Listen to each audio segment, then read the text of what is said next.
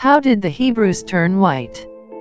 Of course they didn't really, just in the imaginations, and then the histories of white people, who for probably practical reasons, decided that Hebrews, and also the blacks who originally lived in the countries that they took over, should all become white for posterity's sake.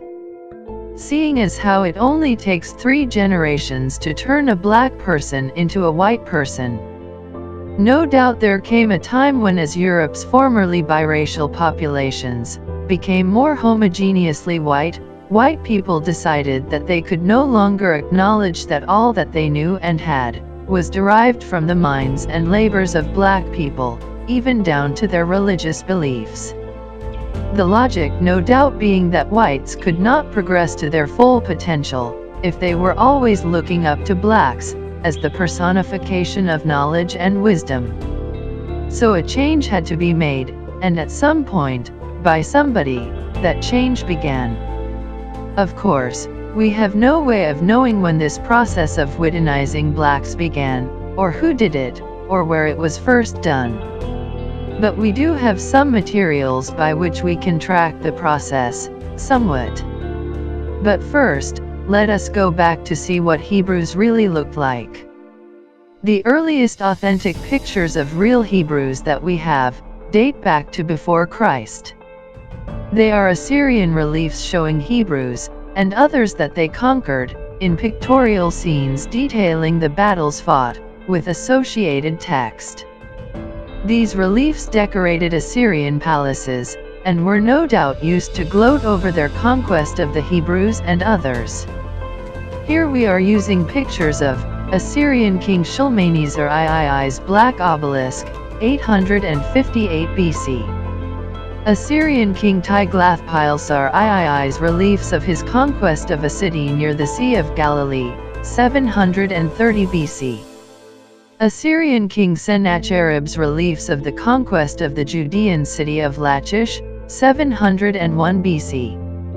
The 4 pictures below are from those Assyrian reliefs. Today, many black men still favor the short hair and beard of some Hebrews. Let us proceed then, with our pictorial essay of how Jesus, and thus, the Hebrews turned white. The Alexamenos graffito, dating from c. 200 AD or earlier, is an interesting early parody of Christianity.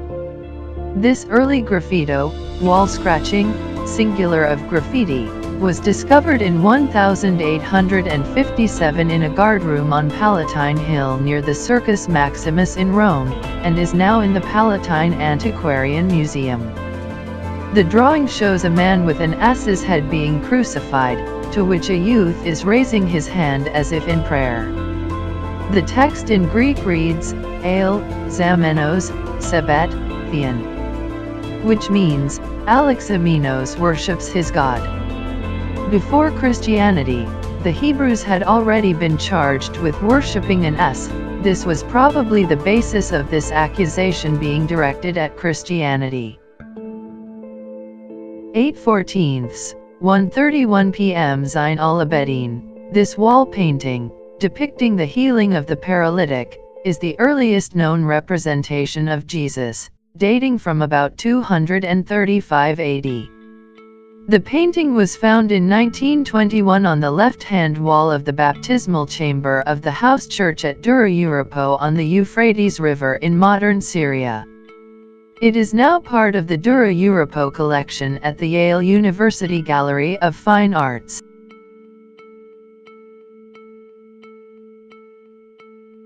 This fresco of the Good Shepherd was found on the ceiling of the vault of Lucina in the Catacomb of Calixtus in Rome.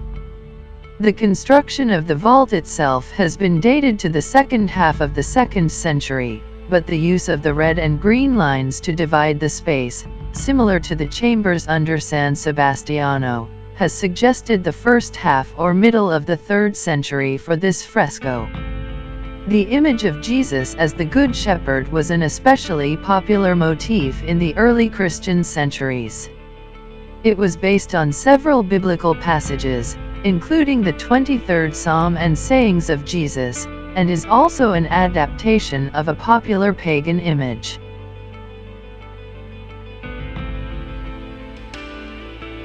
This fresco of Christ among the apostles is in an arcosolium of the crypt of Ampliatus in the catacombs of Saint Domitilla in Rome. The catacombs of Domitilla date from the 2nd through 4th centuries. According to W. F. Volbuck, the extent to which the type of the apostolic group has been developed suggests a 4th century origin for this particular fresco. The city of Dura Europo was founded in 303 BC by the Seleucids on the intersection of an east-west trade route and the trade route along the Euphrates. The new city controlled the river crossing on the route between his newly founded cities of Antioch and Seleucia on the Tigris. It is located near the village of Salhai, in today's Syria. The city is extremely important for archaeological reasons, as it was abandoned after its conquest in 257, and nothing was built over it, and no later building programs obscured the architectonic features of the ancient city.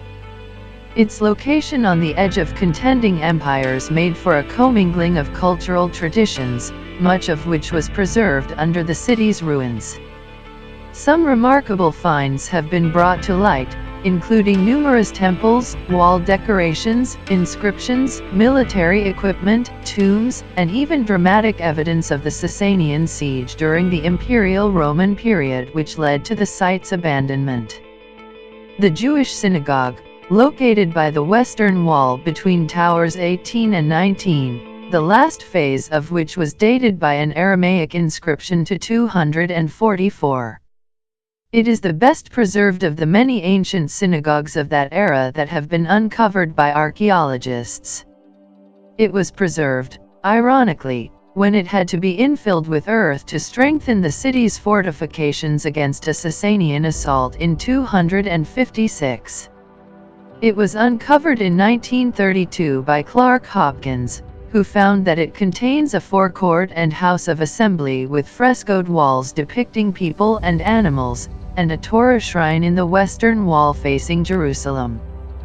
At first, it was mistaken for a Greek temple. The synagogue paintings, the earliest continuous surviving biblical narrative cycle, are conserved at Damascus, Syria. Byzantine Emperor Justinian II 669–711, was the last Byzantine emperor of the Heraclian dynasty, reigning from 685 to 695 and again from 705 to 711.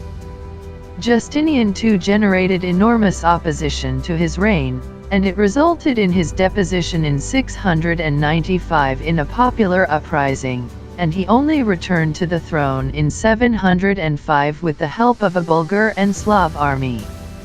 His second reign was even more despotic than the first, and it too saw his eventual overthrow in 711, abandoned by his army who turned on him before killing him.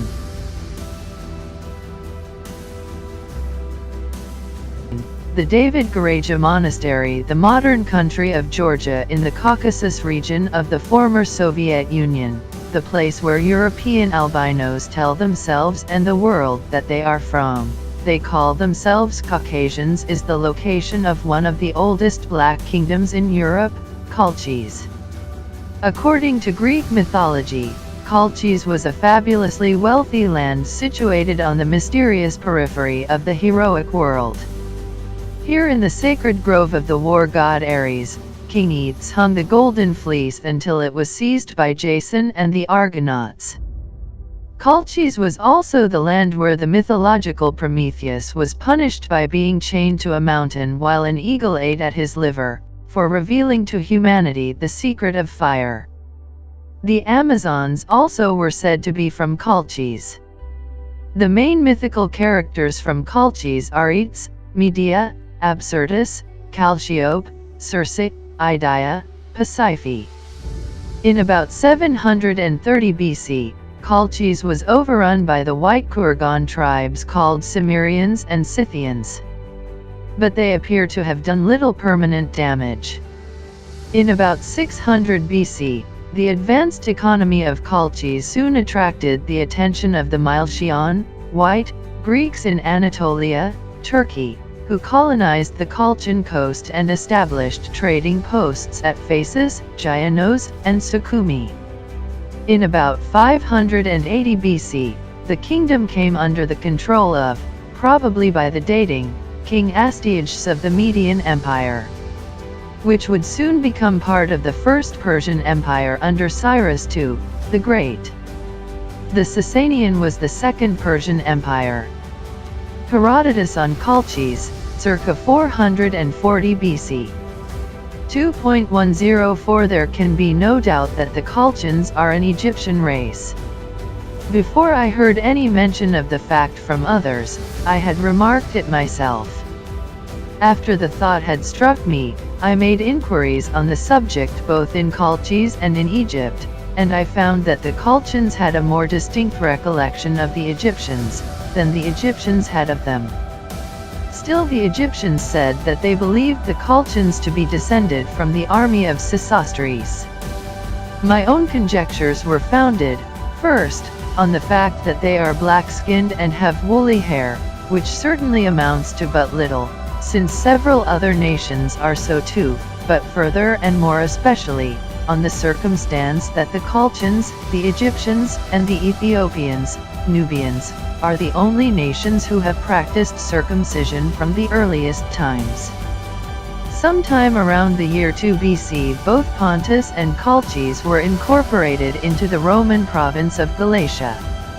Soon the lowlands and coastal area of Colchis began to suffer raids by white tribes from the surrounding mountains, the Soans and Heniochi being the most powerful of them.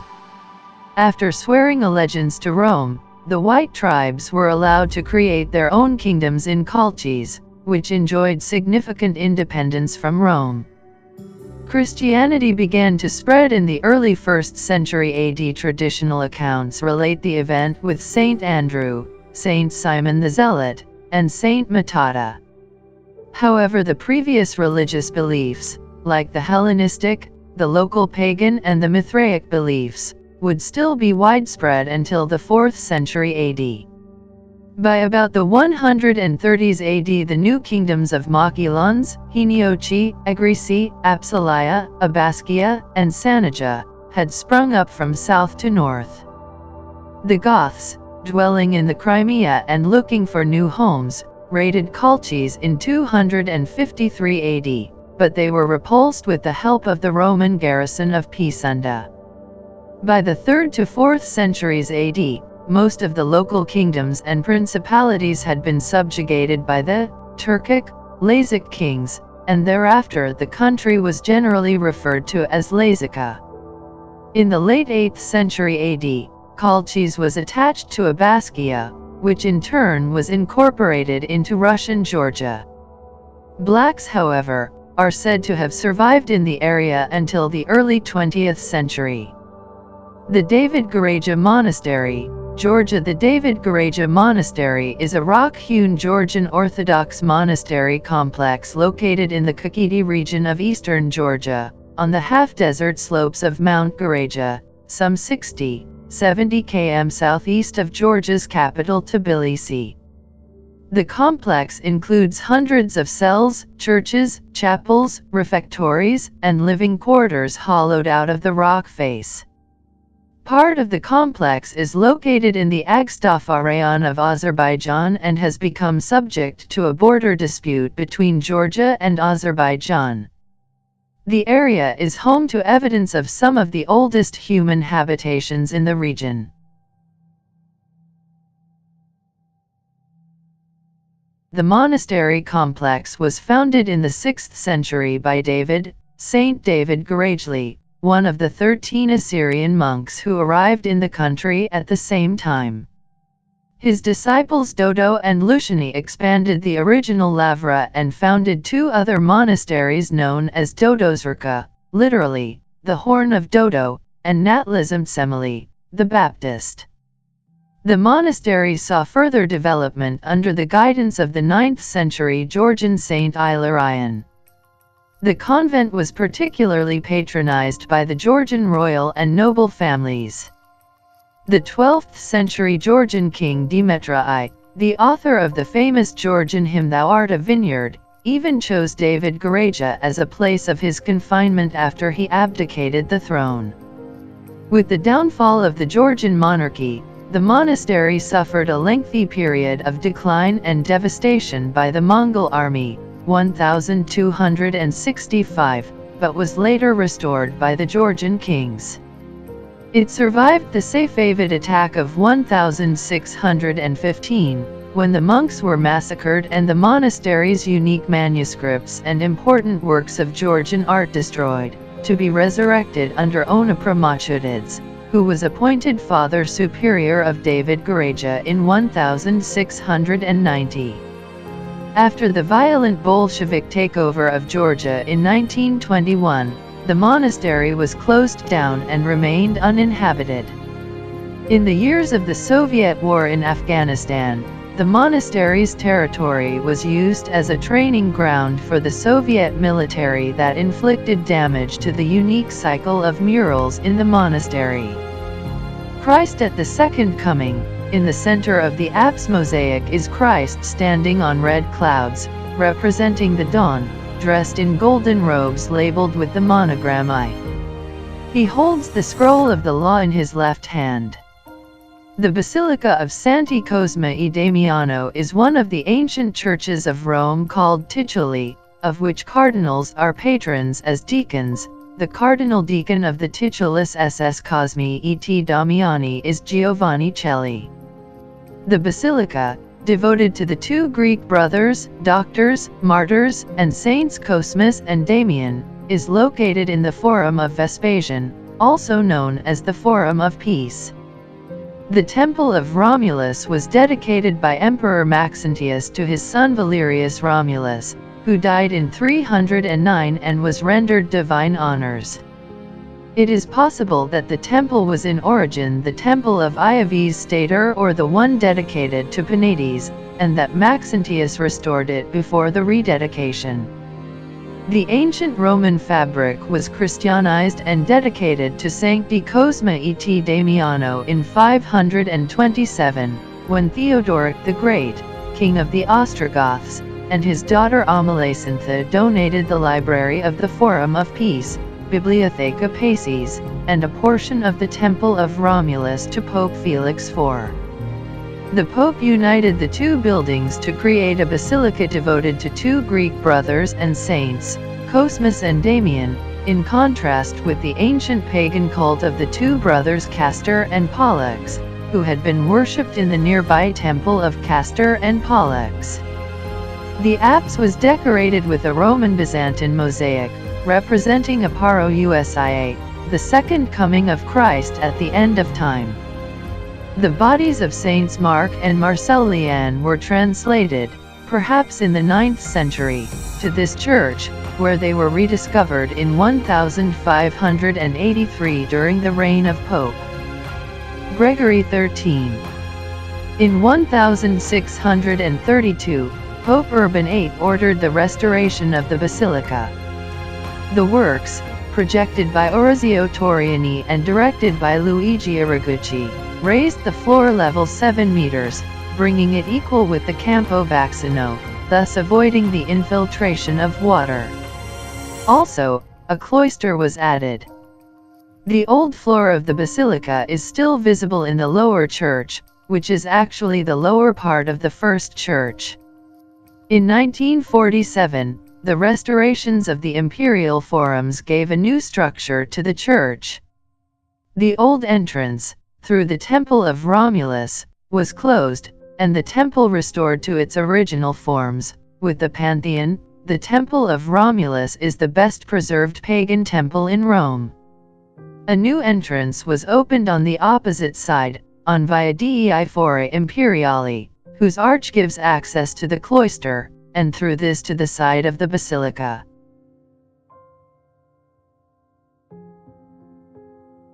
Jesus' appearance from behind locked doors, by Duchodibaninsegna, 1308 AD.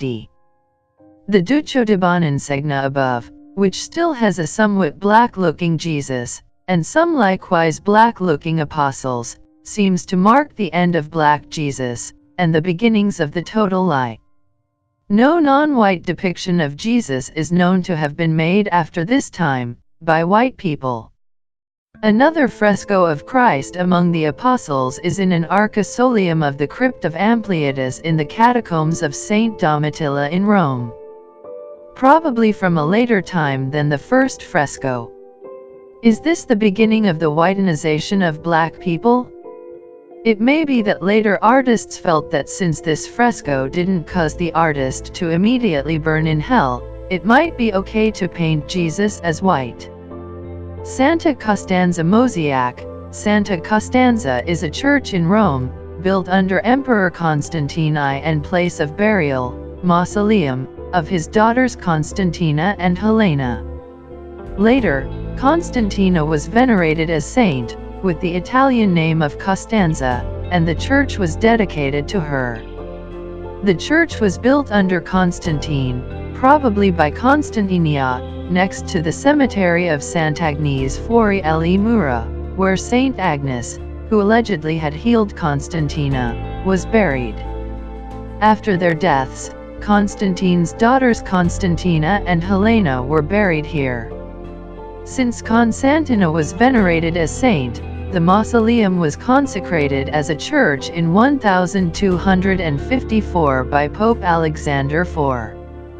After the church was restored in 1620 by Cardinal Fabrizio Verli, Constantina's magnificent porphyry sarcophagus was moved to the Vatican museums.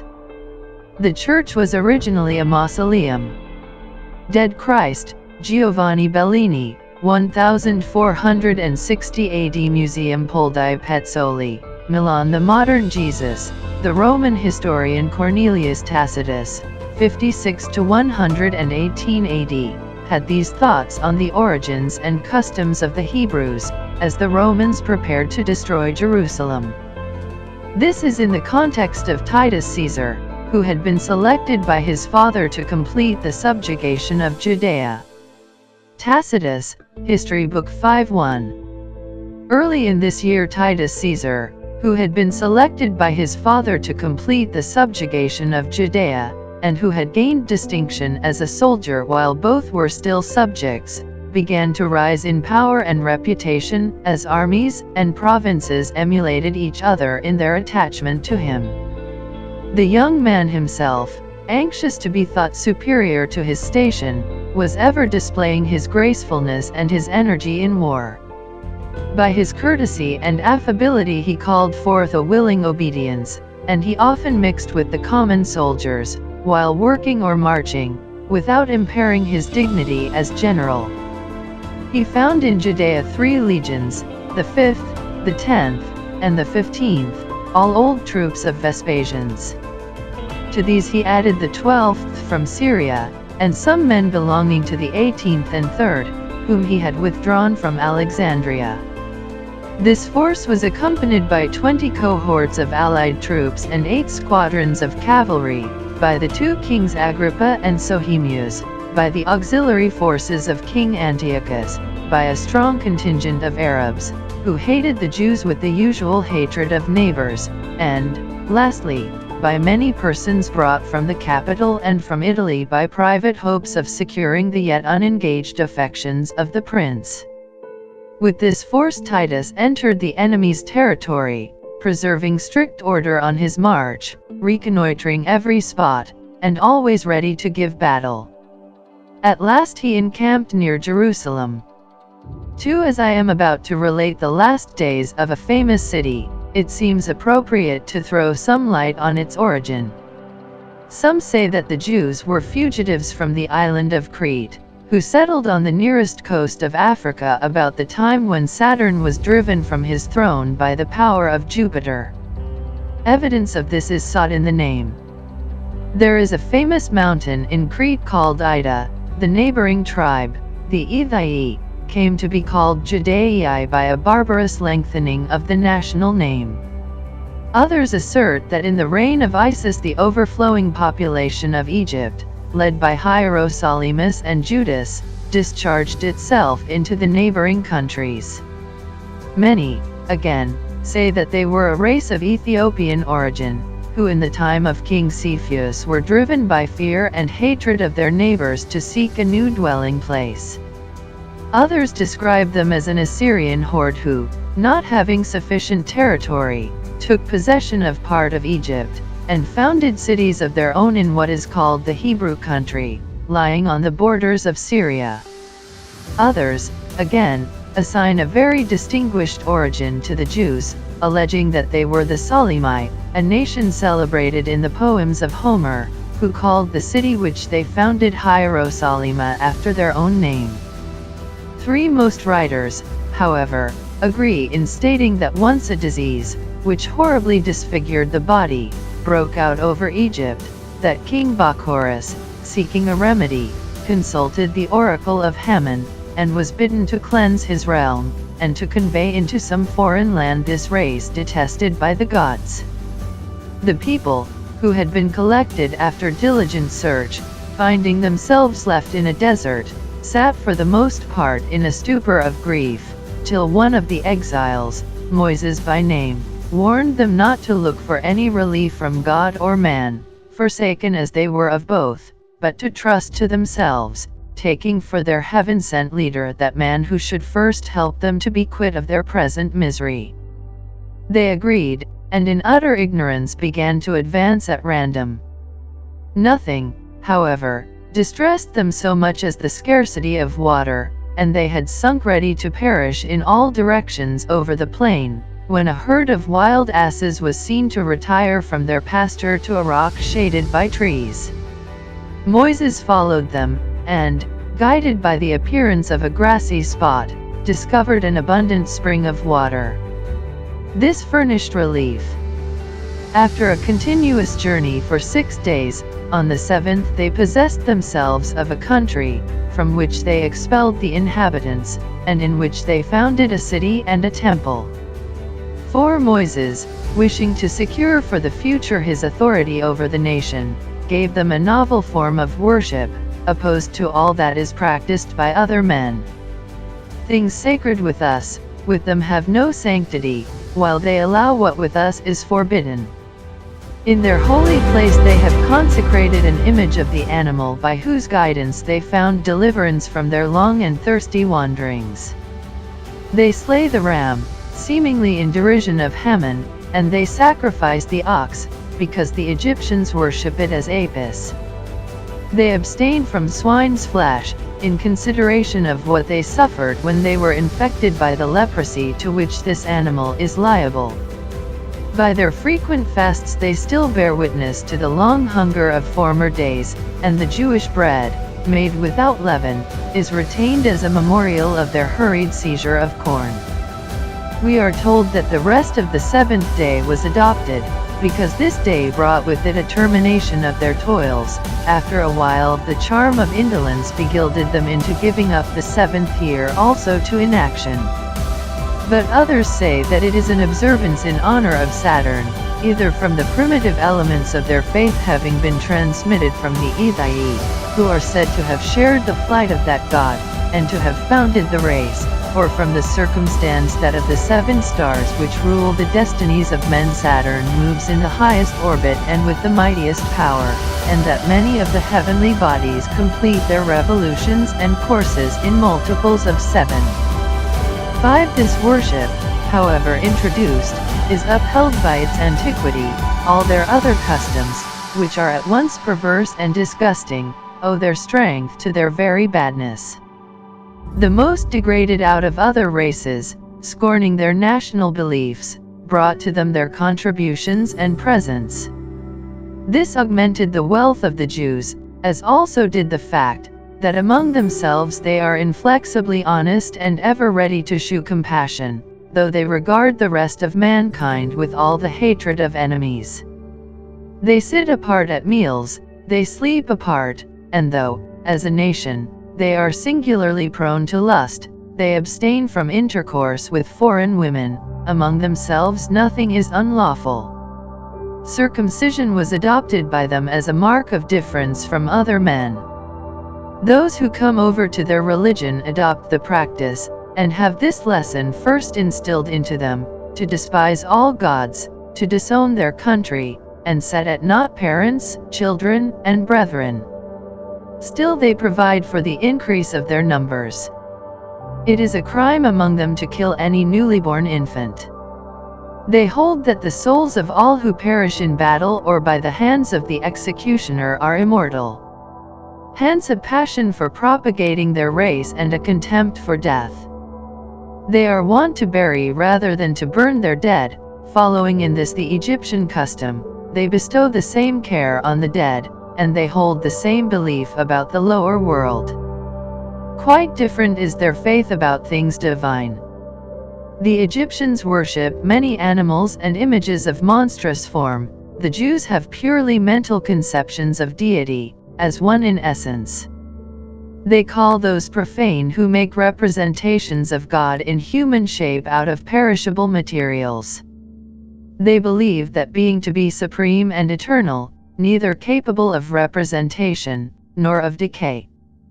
They therefore do not allow any images to stand in their cities, much less in their temples. This flattery is not paid to their kings, nor this honor to our emperors. From the fact, however, that their priests used to chant to the music of flutes and cymbals, and to wear garlands of ivy, and that a golden vine was found in the temple, some have thought that they worshipped Father Liber, the conqueror of the East, though their institutions do not by any means harmonize with the theory, for Liber established a festive and cheerful worship, while the Jewish religion is tasteless and mean. But before the modern era of pathetic white racism, with its white fright of all things black, and black identity theft, where Hazar Turks are the new Hebrews, and Osman Turks are the new Berbers, Egyptians, Arabs, and Middle Easterners. Before every ancient black figure encountered in a museum or book was explained away as a Nubian Ethiopian, a slave, or a servant, all people knew Hebrews to be black people, and depicted them as black people.